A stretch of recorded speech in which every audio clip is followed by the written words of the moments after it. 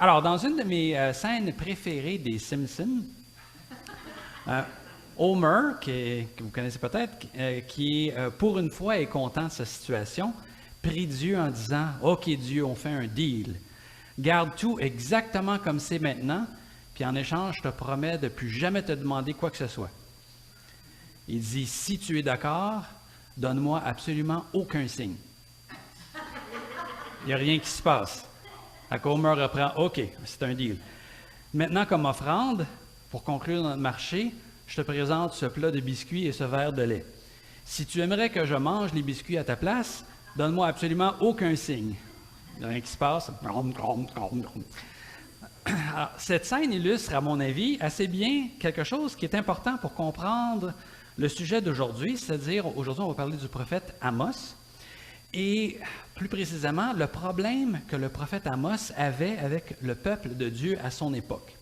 Parce que depuis les débuts de l'humanité, l'être humain a toujours essayé de négocier avec Dieu, ou avec les dieux. Là. Et même, on pourrait dire ça un peu moins gentiment, et dire que souvent, en fait, les humains ont essayé, pas juste de négocier, mais de manipuler Dieu. Et ça peut être qu'on veut que Dieu fasse ce qu'on veut, ou au moins que Dieu ne soit pas dans notre chemin pour qu'on puisse faire ce qu'on veut. Et ça, c'est en fait un des principaux buts de la plupart des religions. C'était certainement le but de la religion d'Israël, du peuple d'Amos, quand le prophète Amos prêchait.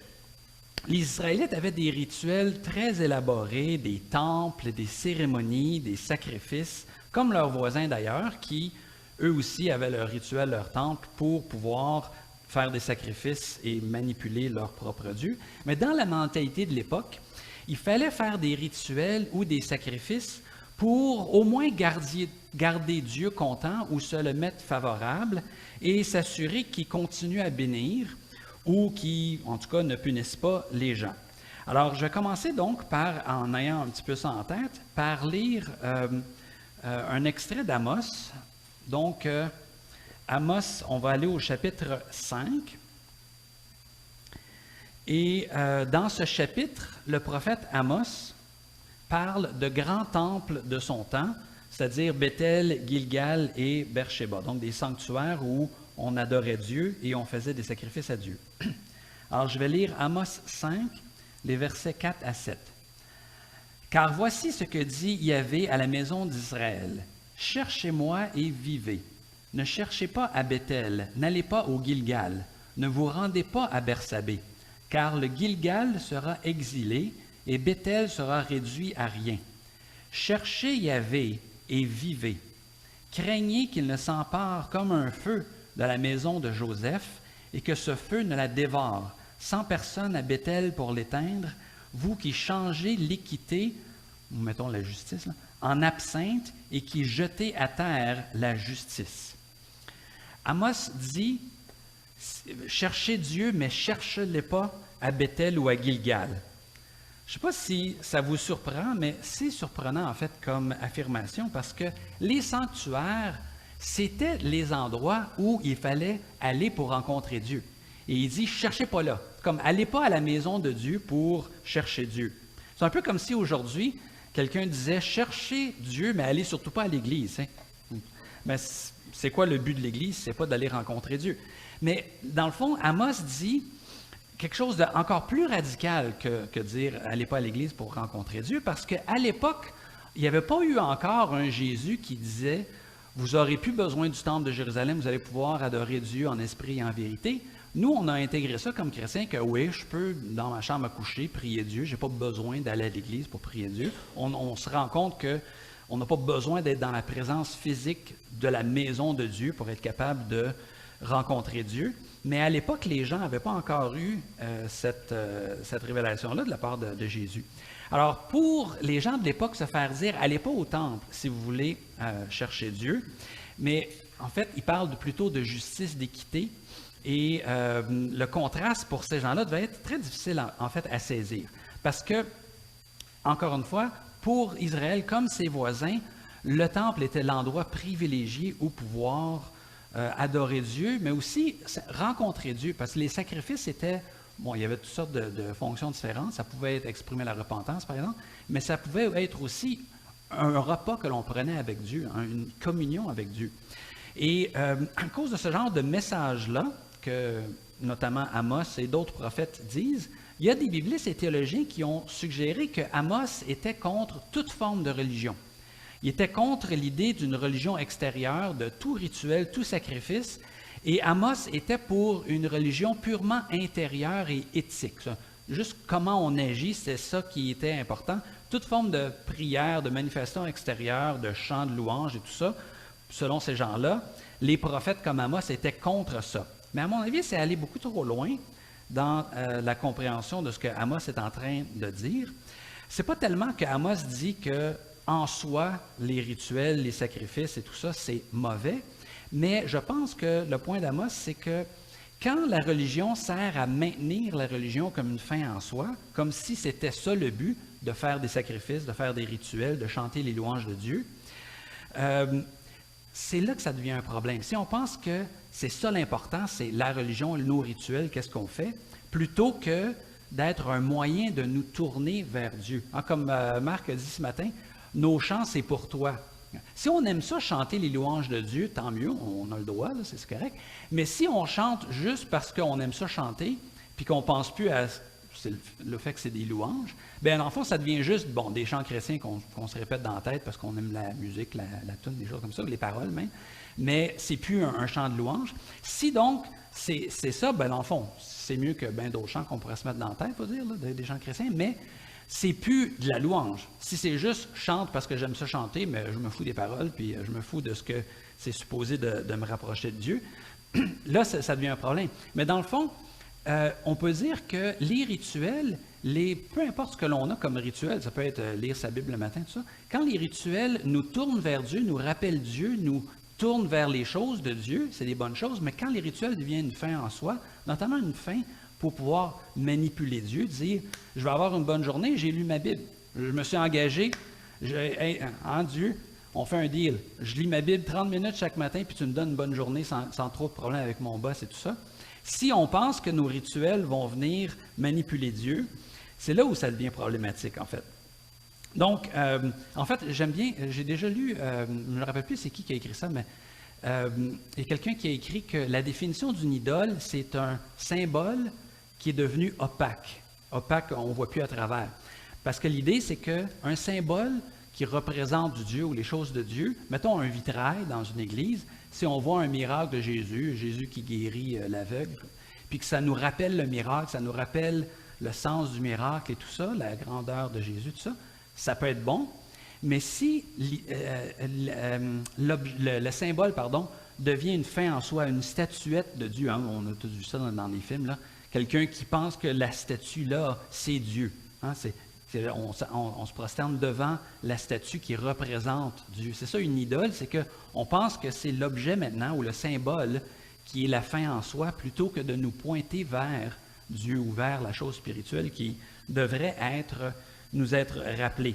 Alors quand la religion devient un but en soi ou que ça vient, dans le fond, ce que l'on fait pour faire ça, c'est là, je pense, où ça devient vraiment un problème. Il n'y a pas vraiment de rituels comme, mettons, des rituels chrétiens comme le jeûne, tout ça, qui sont mauvais en eux-mêmes.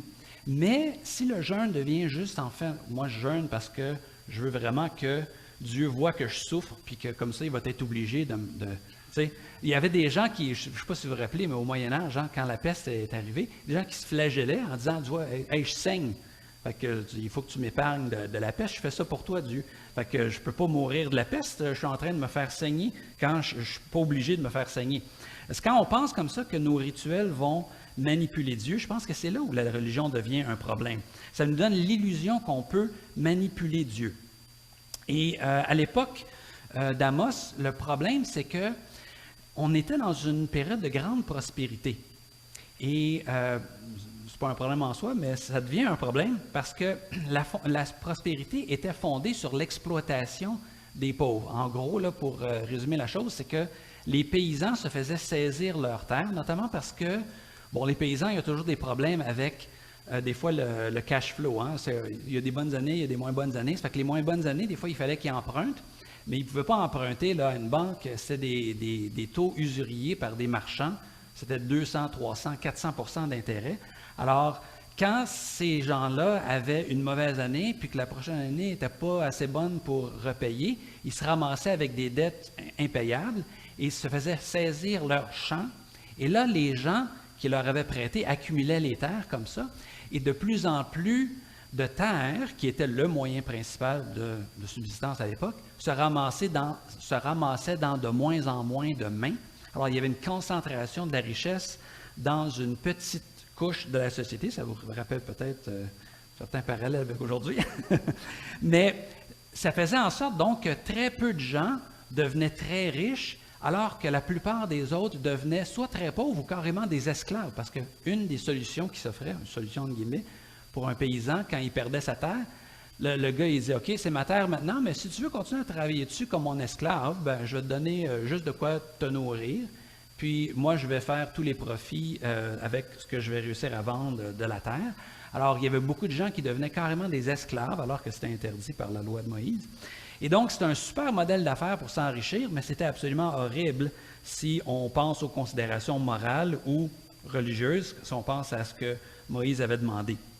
Dieu avait demandé que les propriétés terriennes, les terres, restent dans chaque famille pour que chaque famille ait un moyen de subsistance de génération en génération. Et ces gens-là se foutaient de ça parce qu'il y avait beaucoup plus d'argent à faire à saisir des terres. Et ces gens-là pensaient que, en fait, Dieu, ça ne le dérangera pas trop parce que les pauvres, ils ne peuvent pas donner des sacrifices à Dieu. Mais nous, plus on a de terre, plus on a de prospérité, plus on donne des beaux gros sacrifices. Puis regardons ça, les temples sont pleins à craquer parce que les riches sont là pour donner plein de belles offrandes à Dieu. Et donc, c'est un deal avec Dieu. Tu sais. Bon, Dieu, toi, tu t'en portes encore mieux qu'avant parce que tu as plus de sacrifices. Nous, on s'en porte mieux, évidemment, parce qu'on a toutes les richesses de la terre. Mais Amos dit, vous pensez pouvoir manipuler Dieu comme ça? C'est pas exactement comme ça que Dieu fonctionne. Il ne va pas regarder de l'autre bord juste parce que vous venez avec des beaux sacrifices là, pour nourrir Dieu. Parce que c'est ça que les gens pensaient. Quand ils offraient un sacrifice à Dieu, dans le fond, ils donnaient un repas à Dieu. Alors, continuons dans le même passage, dans Amos 5, cette fois-ci, les versets 9 à 15. En fait, 10. Ils détestent celui qui les accuse à la porte de la ville, et ils ont en abomination celui qui parle sincèrement. Aussi, parce que vous avez foulé aux pieds le pauvre, et que vous avez pris de lui du blé en présent, vous avez bâti des maisons en pierre de taille, mais vous ne les habiterez pas. Vous avez planté d'excellentes vignes, mais vous n'en boirez pas le vin. Car je le sais, vos transgressions sont multitudes, vos péchés sont nombreux, vous opprimez le juste, vous acceptez des pots de vin, et à la porte de la ville, vous écartez les pauvres. Mais voilà, en des temps comme ceux-ci, l'homme de bon sens se tait, car ces temps sont mauvais. Ne cherchez pas ce qui est mauvais, mais ce qui est bon, afin que vous viviez, et qu'ainsi Yahvé, le Dieu des armées, soit avec vous, comme vous le dites. Détestez ce qui est mauvais, aimez ce qui est bon, faites régner l'équité à la porte de la ville. Peut-être Yahvé, le Dieu des armées, fera-t-il grâce au reste de Joseph. Hein? Dieu va être avec vous, comme vous le dites. Les gens pensaient, Dieu est avec nous, que ça va bien, on fait de l'argent. C'est sûr que c'est Dieu qui nous bénit. Puis Dieu nous bénit parce qu'on lui donne des sacrifices. Alors c'est comme un beau cercle, comme les saucisses high grade. Là. Plus le monde en mange, plus ils en font, plus il y a... Bon. Mais le problème, c'est que donc, vous dites que Dieu est avec vous parce que ça va bien, mais ça ne va pas aller bien longtemps. Vous allez voir qu'il y a des problèmes qui s'en viennent. Et donc, Amos dit que les gens pensent que Dieu est comme les juges qui sont décrits ici comme recevant des pots de vin en finalement donnant justice toujours aux riches. Quand un pauvre a un problème avec un riche, il se présente devant le tribunal, le riche a un beau pot de vin à donner au juge et le juge se tourne du côté du riche, évidemment, dit « Ah, tiens, on va lui donner raison à lui parce qu'il y a un beau pot de vin. » Il pense que Dieu va faire la même chose, qu'en recevant comme ça des pots de vin, des sacrifices, que Dieu va ne pas faire justice aux pauvres. Et ils connaissent bien mal Dieu et ce que Dieu avait dit à travers Moïse. « Recherchez le bien pour que Yahvé soit avec vous comme vous le dites.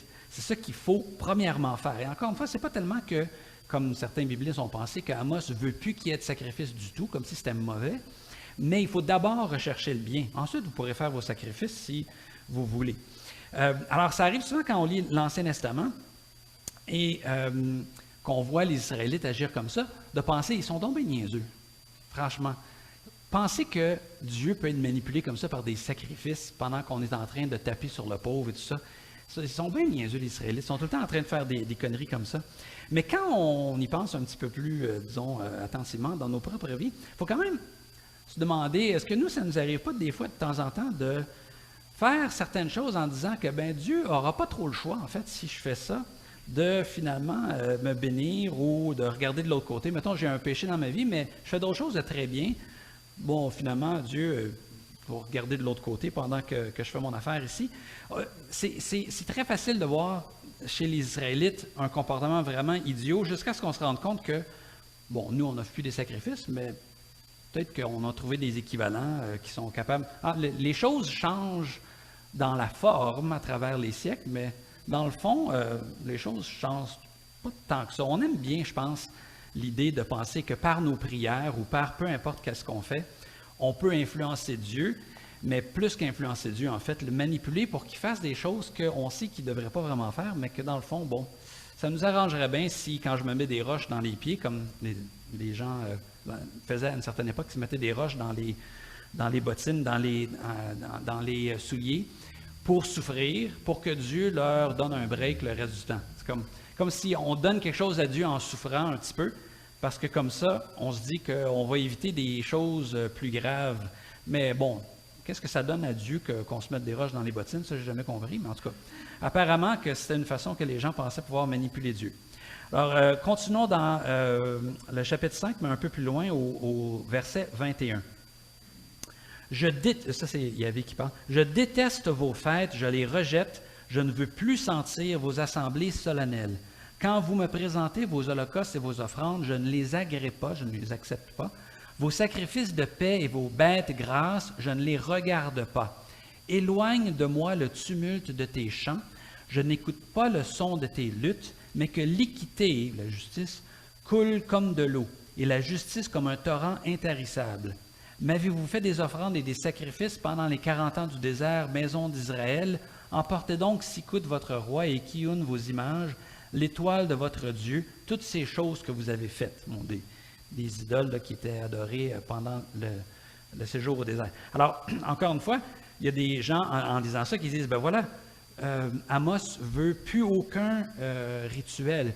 Mais en fait, ici, les rituels, les sacrifices dégoûtent Dieu parce qu'ils ne sont pas accompagnés de justice. Il me semble qu'en lisant tout le texte, quand il insiste à la fois sur dire vos sacrifices sont dégoûtants aux yeux de Dieu, mais aussi rechercher plutôt la justice, je pense que c'est clair que ce n'est pas tellement que tout sacrifice fait par n'importe qui à n'importe quelle époque était une abomination aux yeux de Dieu, mais plutôt que quand on pense que les sacrifices eux-mêmes, sans être accompagnés d'actes de bienveillance envers les autres, c'est là où ça devient un problème. Les sacrifices deviennent en fait une abomination aux yeux de Dieu. C'est comme si, en fait, aller faire un sacrifice quand on est dans une telle situation d'injustice, ça devient une offense de plus, en fait, que l'on fait. Se présenter devant Dieu avec cette idée qu'on peut manipuler Dieu alors qu'on vient de faire le mal. Et je pense que c'est ce que dit ici Amos, on va retourner dans le chapitre précédent, Amos 4, versets 4 et 5. Une fois qu'on a lu tout ça, je pense qu'on peut comprendre maintenant un peu mieux Amos 4, versets 4 et 5. « Allez à Béthel, le sanctuaire, allez à Béthel et transgressez. Allez au Gilgal et transgressez davantage. Offrez vos sacrifices le matin et vos dîmes le 3e jour. Faites fumer vos sacrifices de reconnaissance avec du pain levé. Proclamez vos offrandes volontaires, faites-les connaître, car c'est là ce que vous aimez, Israélites. » Déclaration de Yahvé Dieu. Hein? Alors, c'est comme aller au temple pour offrir un sacrifice à Dieu, c'est un péché.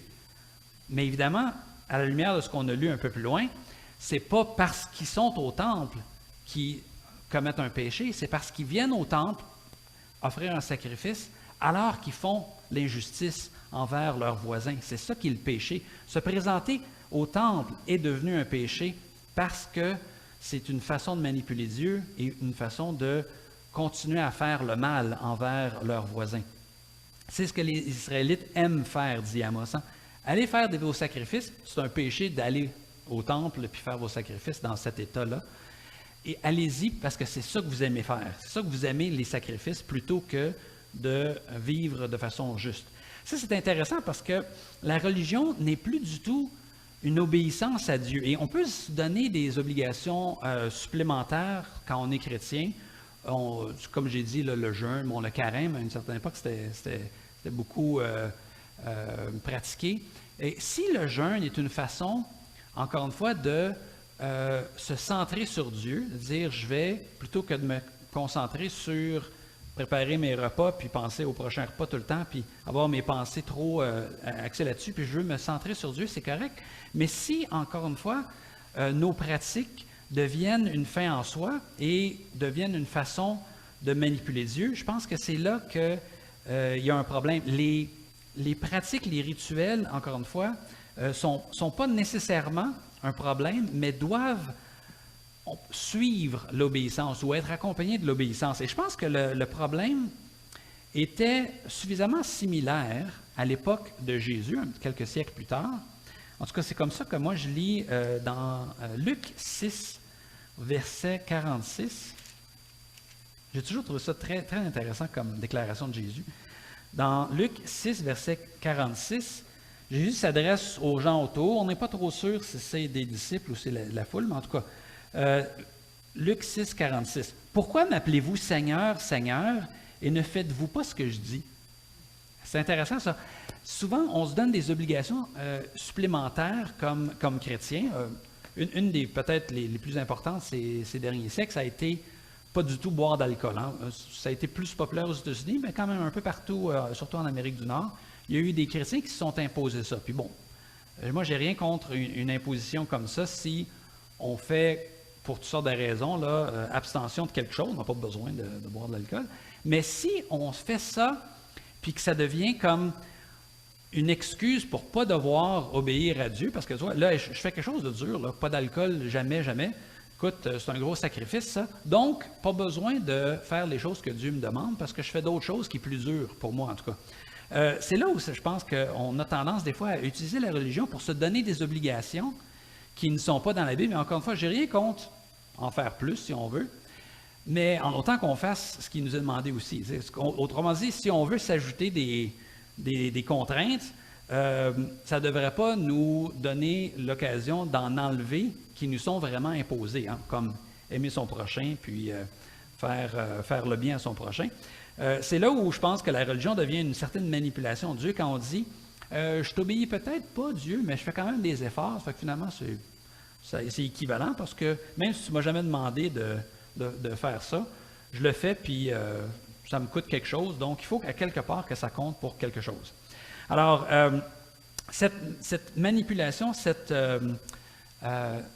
façon de négocier avec Dieu, je pense que c'est parce qu'on se pense bien fin finaux, et je pense qu'on sous-estime beaucoup Dieu. Un peu comme les enfants font. Si vous avez des enfants, vous avez vu des enfants, vous savez que les enfants sont très bons pour manipuler leurs parents. Et quand les parents demandent quelque chose, mettons, je vais prendre mon exemple, mes enfants ne sont pas ici, je peux me permettre, et ils sont typiques de toute façon. Quand je demandais à mes enfants, parce qu'ils sont trop vieux pour avoir beaucoup de supervision comme ça, mais quand je leur demandais de faire leurs devoirs, mes enfants, évidemment, ils savaient très bien que si je les prenais 10 minutes plus tard à jouer sur un écran, qu'ils allaient être dans le trouble. Mais s'ils se mettaient à ranger leur chambre ou à faire quelque chose, là, une autre chose que je leur avais demandé de faire 3 jours avant, là, ils pensaient que tout d'un coup, c'est comme « Ah, ben tu fais peut-être pas tes devoirs, mais tu fais des efforts, puis tu fais quelque chose d'autre. » Fait que c'est oh, finalement, c'est correct. Ils pensaient que je suis assez idiot pour ne pas me rendre compte qu'ils ne faisaient pas leur devoir. Et je pense que c'est ce qu'on fait souvent avec Dieu. C'est plate à dire, mais j'ai vraiment l'impression que des fois, on pense que Dieu est un imbécile. On pense pouvoir manipuler Dieu. Et il faudrait se mettre dans la tête, je pense, que Dieu est au minimum aussi intelligent que nous. Pas mal plus, là, mais au minimum aussi intelligent que nous. Fait que finalement, penser comme ça que Dieu ne se rendra pas compte que, ben tu vois, dans le fond, là, je fais des efforts pareils. Je pense qu'il faut se rendre compte que on doit arrêter de sous-estimer Dieu et penser qu'il est manipulable aussi facilement qu'un parent qui n'est pas toujours si facile à manipuler que ça non plus.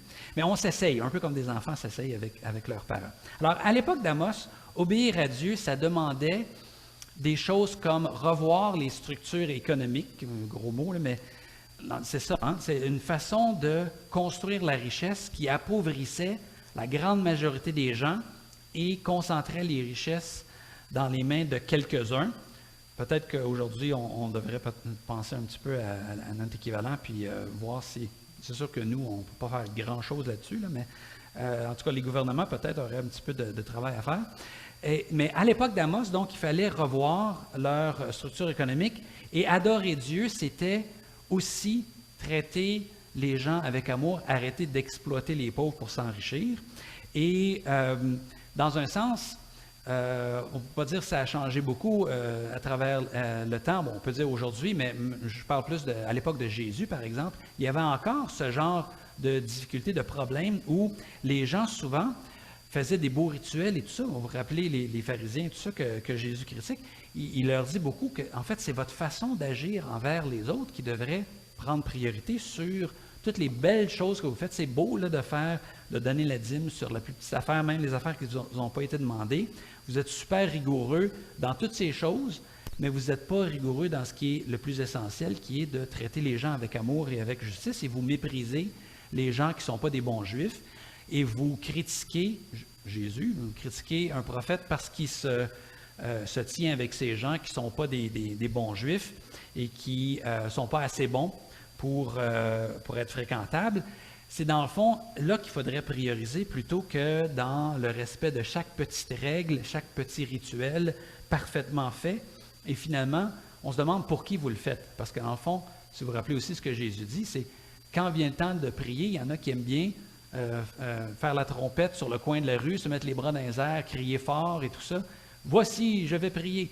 Alors que Jésus dit, si tu veux vraiment prier Dieu, tu peux le faire dans ta chambre. Hein? Va-t'en chez vous, pas besoin que personne le sache, parce que si le but, ce n'est pas de montrer que tu pries, mais plutôt que de vraiment parler à Dieu, tu n'as pas besoin de le faire savoir à tout le monde.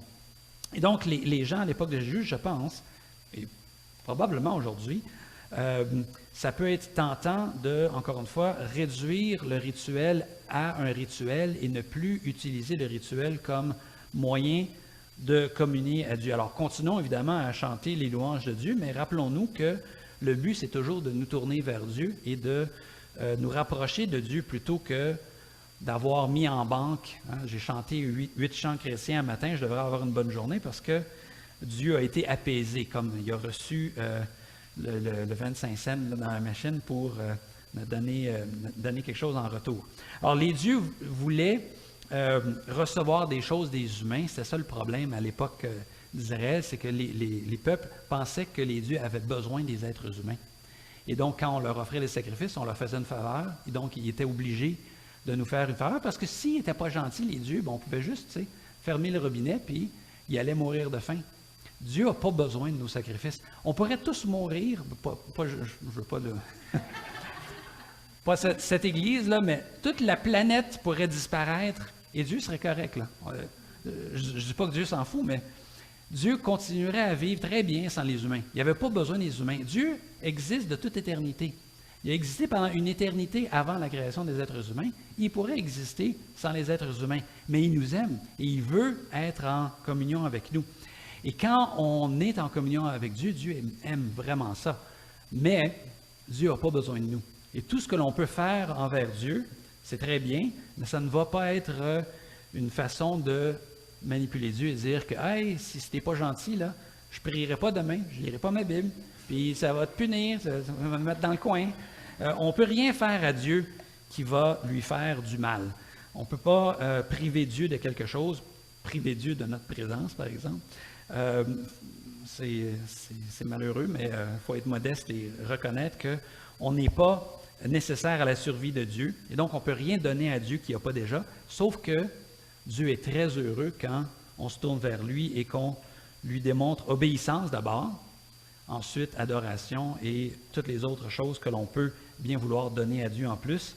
Mais d'abord obéissance et je pense que la meilleure adoration, selon Amos, que l'on puisse offrir à Dieu, c'est de lui obéir et de faire ce qu'il nous demande, notamment ce qu'il nous demande de faire envers nos voisins. Alors prions. Seigneur, on reconnaît que souvent ce que tu demandes de faire est beaucoup plus difficile que les choses qu'on se donne nous-mêmes comme obligation à faire pour te plaire.